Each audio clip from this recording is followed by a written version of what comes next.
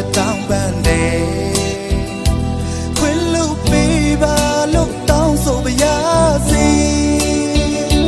နောင်လာမယ့်အနာဂတ်အတွက်အကောင်းဆုံးကြိုးစားပြီးနေသွားမယ်ချစ်စနီးရဲ့တနာငဲ့ညာလဲ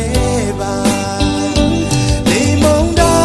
င်းကြီးချမ်းတဲ့ချမ်းပါစေမငိုပါနဲ့ချစ်စနီးလေးအတွက်ကာကွယ်မယ်နောင်လာမယ့်အနာဂတ်လာဖို့အချစ်တွေနဲ့လမ်းခင်းပေးမယ်အတူသွားမယ်လက်ကလေးစုပ်ကိုင်ရင်နဲ့တန်ရအစဲစစနီးနဲ့မဝေးချင်ဘူးပြန်လာပါ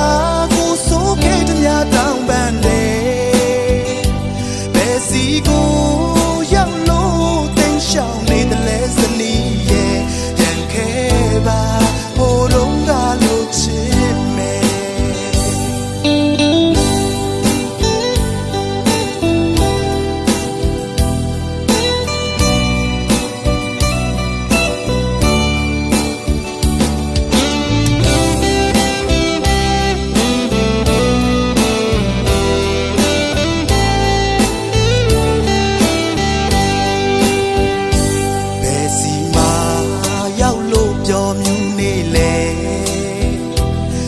လာပါ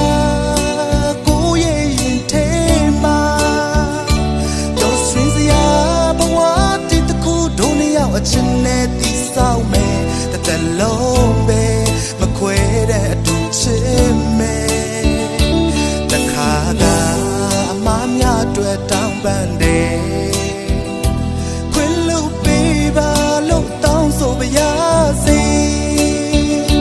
နောင်လာမယ့်အနာဂတ်အတွက်အကောင်းဆုံးကြိုးစားပြီးနေသွားမယ်ချစ်စနီးရဲ့တနာငဲ့ညာလဲ